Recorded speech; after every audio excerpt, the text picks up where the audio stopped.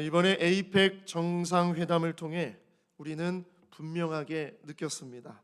요즘 세상을 가득 채우고 있는 가장 뜨거운 문화 현상은 바로 한류, K-웨이브라는 것입니다. K-팝, K-드라마, K-푸드, 이제 K를 붙이는 것은 세계적인 문화 코드가 되었습니다. 과거에 세계의 지도에서 어디에 있는지조차 몰랐던 한국이었어요. 전쟁으로 폐허가 되고 가난에서 벗어나기 위해서 몸부림쳤던 나라가 이 나라였습니다. 그런데 지금은 어떻습니까? 전 세계의 젊은이들이 한국어로 노래를 불러요. 한국 드라마에 열광을 합니다. 한국 음식을 즐기고 있습니다.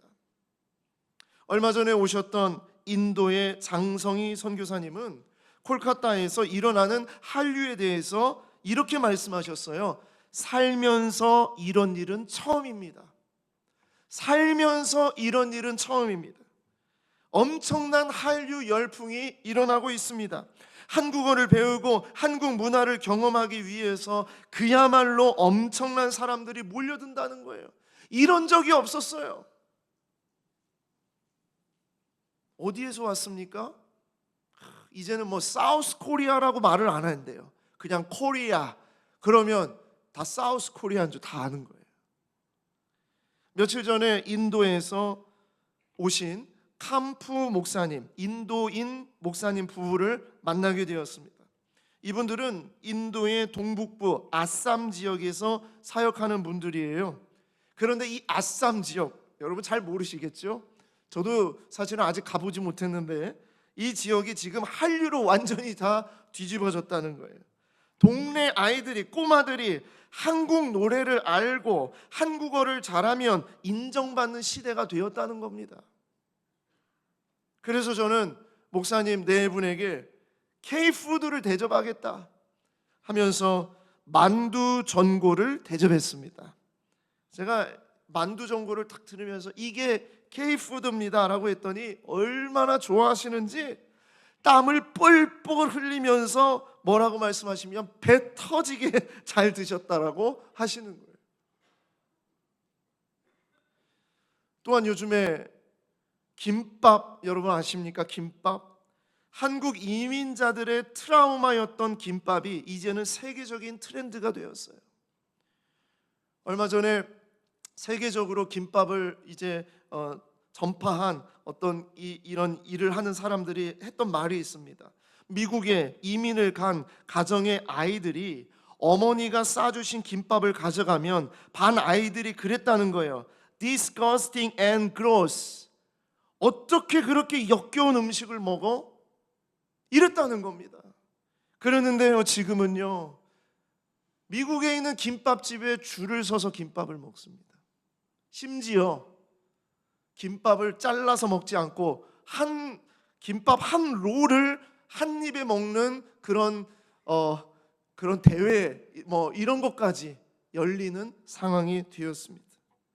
넷플릭스 애니메이션 K-팝 데몬 헌터스로 인해서 그 드라마에 나온 서울의 명소는 외국인들로 지금 꽉꽉 채워져 있습니다. 특별히 국립중앙박물관 소식은 전 세계를 깜짝 놀라게 했어요. 지난 10월 초에 개관 80년 역사상 처음으로 연 500만 관람객을 넘어섰다는 겁니다. 전 세계에서 박물관이 연 500만 명의 관람객을 넘는 박물관은 전 세계에 4곳밖에 없다는 거예요. 프랑스의 루브르 박물관, 바티칸 박물관, 대형 박물관, 그리고 미국의 메트로폴리탄 미술관.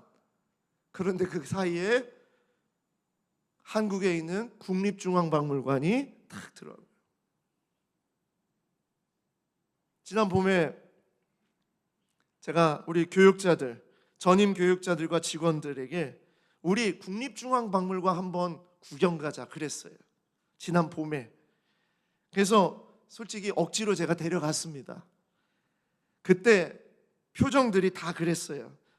아니 대체 왜 우리 목사님은 우리를 여기에 오자고 했을까?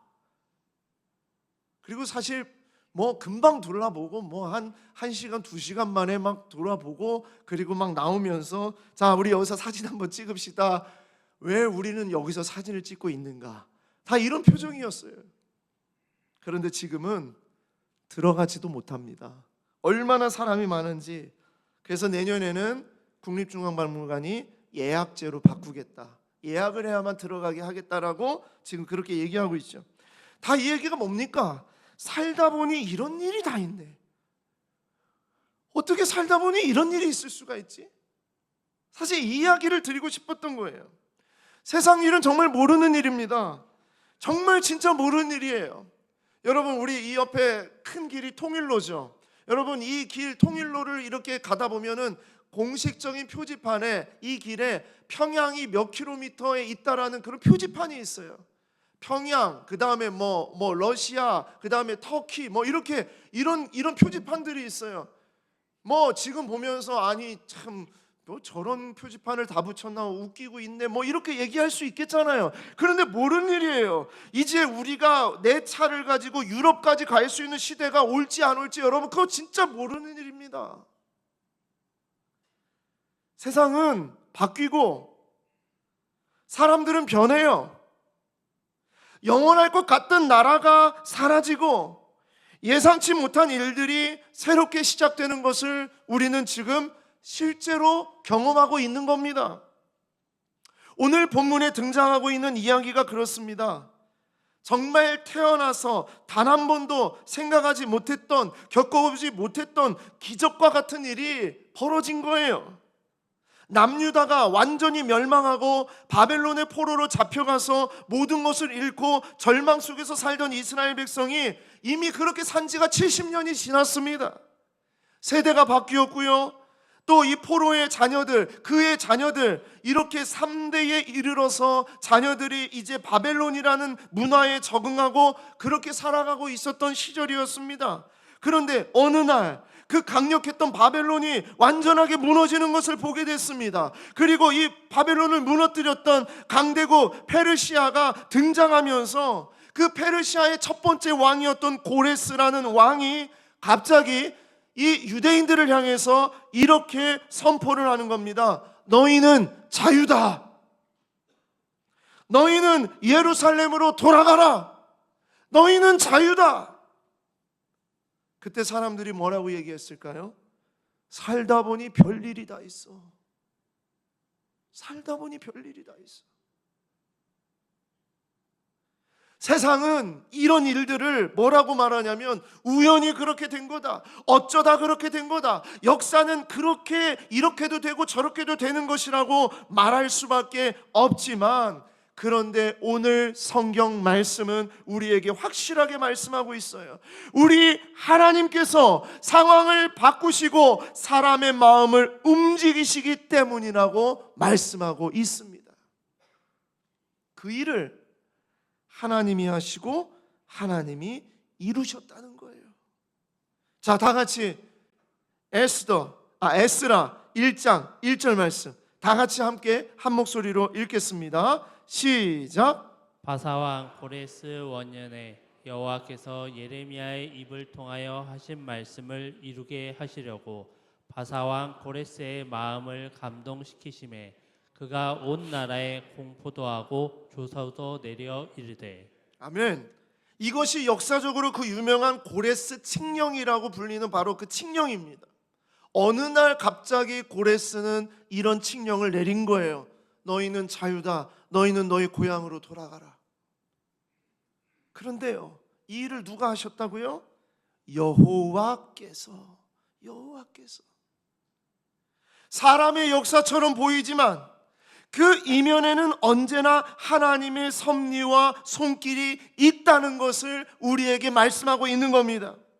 오늘 우리가 살아가는 시대도 마찬가지입니다. 세상이 우연히 저절로 흘러가는 것 같지만 이 흐름을 주관하시는 분은 하나님이시라는 것을 믿으시기를 바랍니다. 모든 역사의 배후에 살아계신 하나님께서 함께 하시고 모든 상황과 사람들의 마음을 움직여 가신다.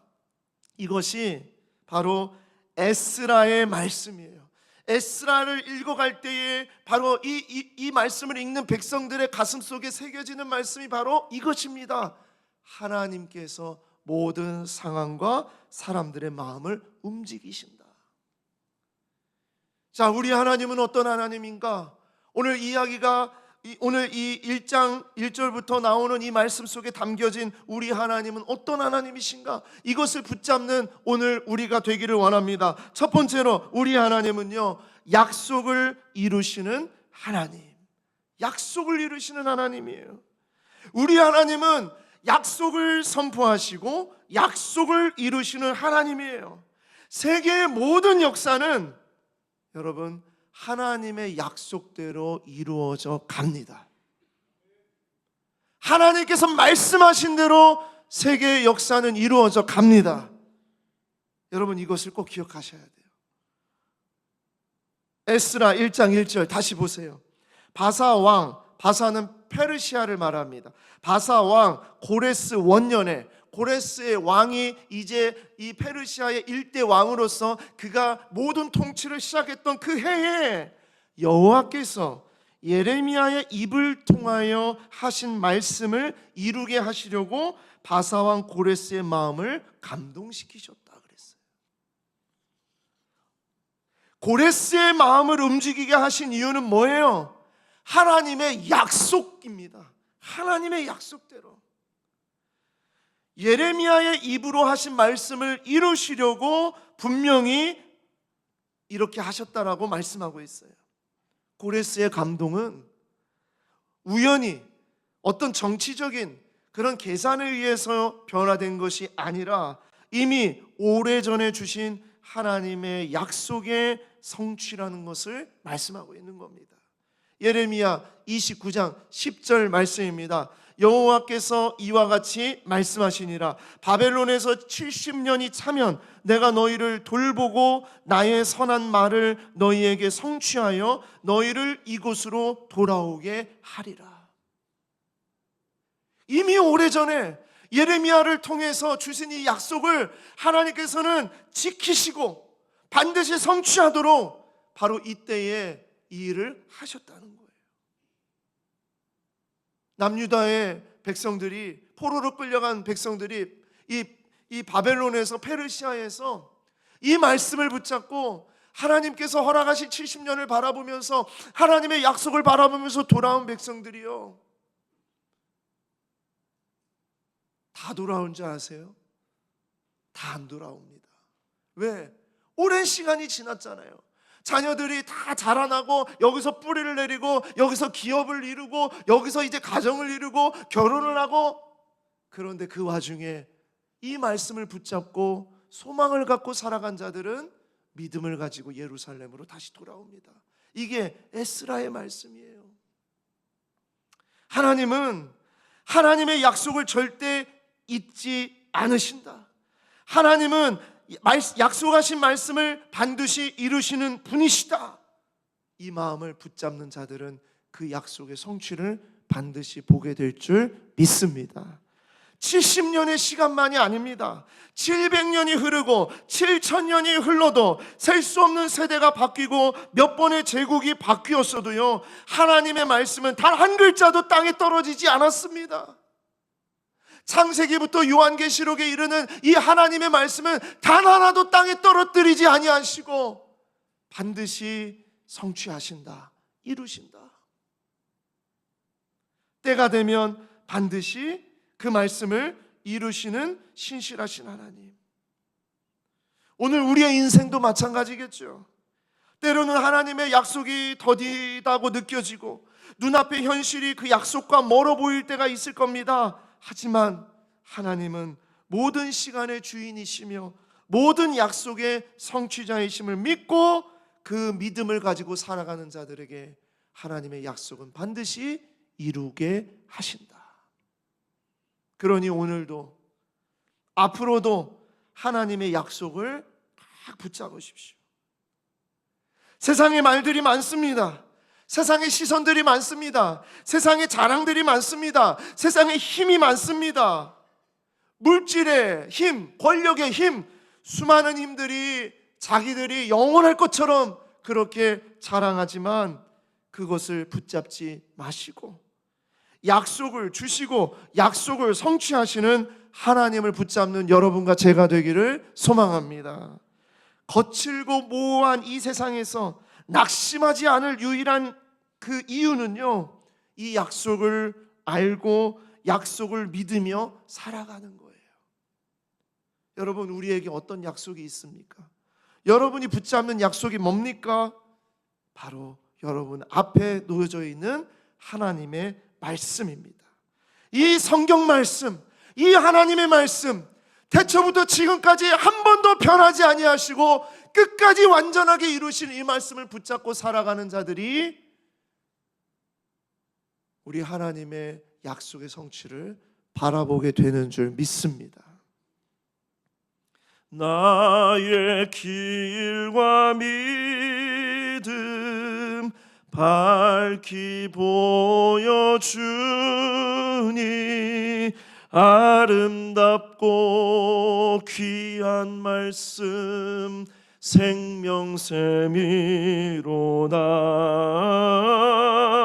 아름답고 귀한 말씀 생명샘이로다.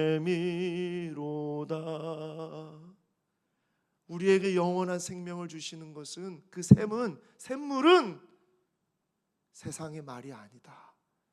하나님의 언약, 하나님의 약속, 하나님의 말씀밖에 없음을 믿습니다. 두 번째로 오늘 말씀 속에 우리 하나님은 어떤 하나님이신가? 온 땅의 주인 되신 하나님. 우리 하나님은요, 온 땅의 주인 되시는 하나님입니다. 세계 역사의 주권은 하나님에게 있다는 것을 말씀하고 있습니다. 에스라 1장 2절 다 같이 함께 읽겠습니다. 시작. 바사왕 고레스는 말하노니 하늘의 하나님 여호와께서 세상 모든 나라를 내게 주셨고 나에게 명령하사 유다 예루살렘의 성전을 건축하라 하셨나니. 아멘. 정말 놀라운 고백이에요. 이방의 왕이, 그것도 전쟁으로 수많은 나라를 정복한 페르시아 제국의 통치자가 뭐라고 말해요? 세상 모든 나라를 내게 주신 분은 하나님이십니다 라고 고백하는 겁니다. 이 말은 단순히 종교적인 관용을 베풀기 위해서 하는 말이 아닙니다. 당시 페르시아는 수많은 신들을 섬기는 다신교 사회였지만 고레스는 자신이 얻은 모든 권세와 나라가 자신의 능력이 아니라 하나님의 손에서 왔다는 것을 깨달았고 분명하게 고백하고 있는 거예요. 그의 입술을 통해 온 땅의 주인은 하나님이시다라는 진리가 선포된 것입니다. 저는요, 저 북녘 땅에 있는 그 사람이요, 김정은의 입에서 온 땅의 주인은 하나님이시다라는 역사를, 그 고백을 하는 날을 소망하고 있습니다. 우리는 그렇게 기도하고 있어요. 세계의 통치자들이 정말 자기의 힘과 자기의 능력으로 이 일을 할 줄 알았는데 그게 아니라 온 땅의 주인, 그분은 하나님이십니다. 그 고백하는 날, 그것을 바라봅니다. 교회 다니는 사람들이 가끔 착각할 때가 있어요. 하나님은 우리에게만 계시고 저들에게는 안 계신다는 생각이에요. 하나님은 우리만 통치하시고 세상의 다른 나라는 통치하지 않는다라고 생각하는 거예요. 우리는 다 선하고 저들은 무조건 다 악하다는 생각입니다. 하나님은 늘 우리 편이고 저들의 편이 아니라는 생각이에요. 지난 목요일 새벽에 저는 요시야의 죽음을 나누면서 이런 말씀을 드렸어요. 요시야는 어떻게 죽었는가? 이집트 바로 왕 느고라는 이 왕의 말, 하나님이 나와 함께 하시니 라는 이 말을 무시했어요. 그래서 죽었습니다. 요시야의 생각에는 하나님이 어떻게 이방의 왕과 함께 하신다는 말인가 하고 그 말을 믿지 않았던 거죠. 그리고 요시야의 소견에 옳은 대로 그냥 해버린 거예요. 그래서 요시야는 거기서 죽임을 당합니다. 중요한 건 하나님께 물었어야 한다는 거예요. 느고의 말을 듣고 하나님께 기도했어야 기도해야 했어야 되는 겁니다.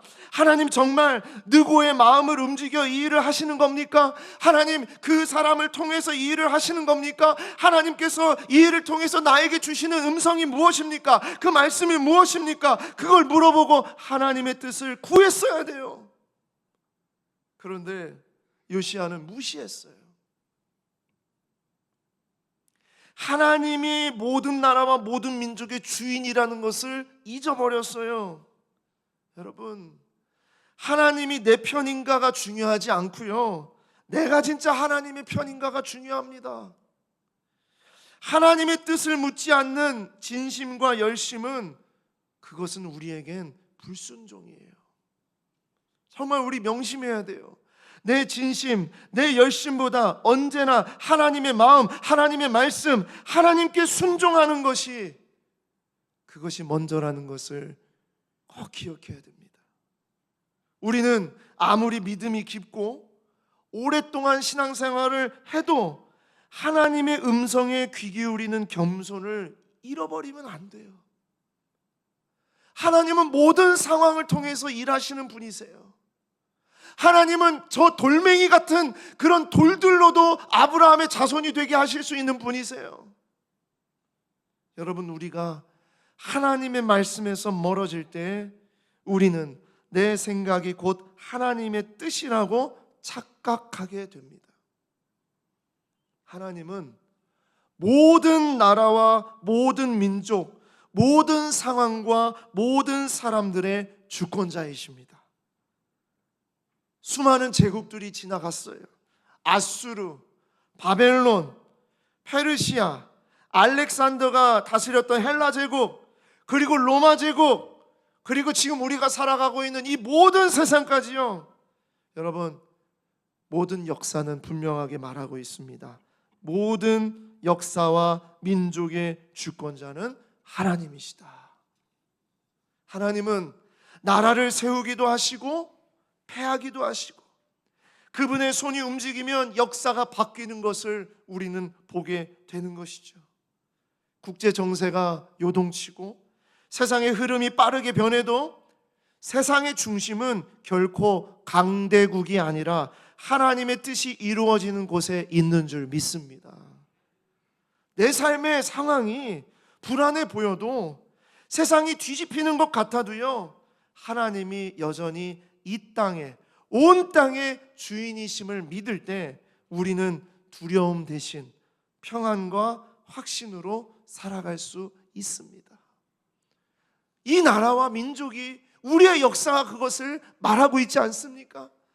다 무너진 땅에서, 황폐한 땅에서, 핍박과 조롱 가운데에서, 세상의 모든 나라들의 원조를 받는 그런 나라 가운데에서 여러분, 우리가 평안과 확신으로 살아갈 수 있는 단 하나의 이유는 하나님이 우리와 함께 하시기 때문에, 그 하나님을 붙잡고 의지하기 때문에, 하나님이 모든 역사와 모든 민족을 다스리시는 주인이시다는 것을 믿었기 때문에 그런 것이죠. 마지막 세 번째로, 오늘 말씀을 통해서 우리에게 주시는 하나님의 마음은 무엇일까요? 그의 나라와 백성을 회복하시는 하나님이십니다. 하나님은 반드시 하나님의 나라와 하나님의 백성을 부르시고 회복시키십니다. 모든 세상의 역사의 목적은 하나님의 나라와 백성의 회복에 있다라는 것이에요. 에스라 1장 3절 다 같이 한 목소리로 읽겠습니다. 시작. 이스라엘 하나님은 참 신이시라. 너희 중에 그의 백성된 자는 다 유다 예루살렘으로 올라가서 이스라엘의 하나님 여호와의 성전을 건축하라. 그는 예루살렘에 계신 하나님이시라. 아멘. 이것은 단순히 너희는 자유다, 너희는 이제 귀환해라 라는 정도가 아니에요. 지금 이 말은 뭐냐? 하나님의 나라를 다시 세우는 영적 회복이 무엇인지를 말하고 있는 겁니다. 이 백성이요, 다시 일어서는 길은요, 자기 집을 다시 찾고 땅을 다시 개간하는 것이 아니었어요. 잃어버린 집 문서를 찾아라, 너희 이산가족을 다시 만나라, 다시 재산을 모아라, 그런 것이 아니었어요. 여호와의 성전을 건축해라. 너희가 돌아가서 해야 될 일은 여호와의 성전을 건축해라. 즉 하나님께 예배하는 삶을 회복하라는 것입니다. 무너진 제단을 다시 세우고 하나님 앞에 죄를 자복하고 회개할 통로를 다시 세우는 것이 너희가 다시 살아날 길이다. 이 일이 하나님 나라와 백성을 회복하시는 하나님의 부르심이었어요. 하나님은 오늘도 그의 나라와 백성을 회복시키시기 위해 일하시는 하나님이신 줄 믿습니다. 우리의 삶이 무너져도 하나님은 다시 세우시고 회복시켜 주시는 하나님. 하나님은 포로의 땅 가운데에서, 황폐한 자리 가운데에서, 그리고 이제 다시 돌아와서 무엇부터 해야 될지 모르는 정말 너무나도 막막한 그런 자리 가운데에서 하나님은 다시 시작할 수 있는 문을 열어주세요. 은혜의 문을 열어주세요. 그게 뭐냐? 바로 하나님의 임재가 있는 곳, 성전에서 하나님 앞에 예배드리는 삶을 회복하도록. 그것입니다. 하나님 나라와 하나님 백성의 회복은 예배에 달려 있습니다. 예배에 달려 있어요. 예배가 살아나면 모든 것이 살아나고, 예배가 무너지면 모든 것이 다 무너집니다. 이것이 말씀 속에 우리에게 말씀하시는 하나님의 마음이에요. 나라가 없어도, 땅이 없어도, 주권이 없어도, 뭐가 없어도 우리에게 예배가 살아난다면 하나님의 나라와 하나님의 백성을 다시 회복시켜 주시는 하나님이시다. 그것을 우리에게 말씀하고 있는 겁니다. 에스라는 하나님의 나라와 백성을 하나님이 어떻게 회복하시는가? 그것은 바로 성전에서 하나님 앞에 다시 나아가는 예배를 통해서 하나님의 임재를 누리며 하나님의 말씀 앞에서 회복하는 그 삶을 통해서 하나님은 이 일을 하신다. 이게 바로 에스라의 말씀이죠. 사랑하는 성도 여러분, 에스라의 이야기는 단지 과거의 오래전의 역사를 우리에게 말하고 있는 것이 아닙니다. 이 말씀은요, 오늘도 하나님은 여전히 역사의 주관자라는 것을 말씀하고 있습니다.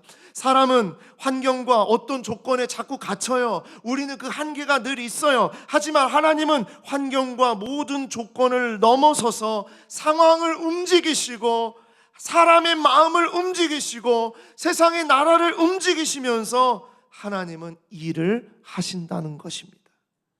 페르시아의 상황을 움직이시고 고레스의 마음을 감동시키셨던 그 하나님이 오늘 우리의 삶 속에서도 동일하게 일하고 계시는 줄 믿습니다. 70년 동안의 포로 생활이 끝나지 않을 것 같았겠죠. 영원할 것 같았을 겁니다. 그런 절망적인 역사 속에서도 하나님은 변함없이 약속을 이루셨고 세상의 왕들의 마음을 움직이셨으며 하나님의 백성을 다시 세우시고 회복시키셨다. 이것이 에스라 1장이 우리에게 전하는 메시지예요.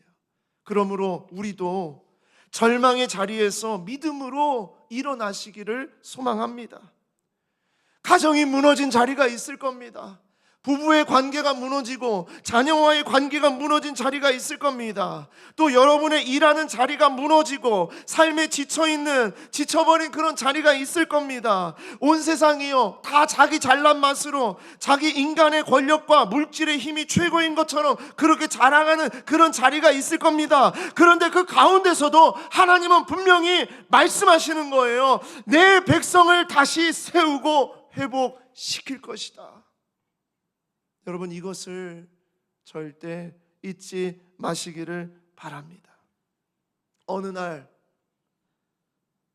포로의 삶을 살았던 백성들에게 들려진 고레스의 칙령과 같이 상황과 마음을 움직이시는 하나님께서 우리에게 그 음성을 듣게 하실 겁니다. 뭐라고요? 내가 너를 반드시 다시 세우고 너의 삶을 온전히 회복시킬 것이다. 이 주님의 음성이 성경 말씀을 통해서 여러분과 저에게 날마다 평생 죽을 때까지 들려지는 음성이 되기를 소망합니다. 이 마음으로 살아가는 여러분과 제가 되고, 또 우리 11월 한 달 동안 에스라 말씀을, 그 다음에 또 느헤미야 말씀을 우리가 묵상하면서 하나님의 마음을 품고 살아가는 우리가 되기를 소망합니다. 기도하겠습니다.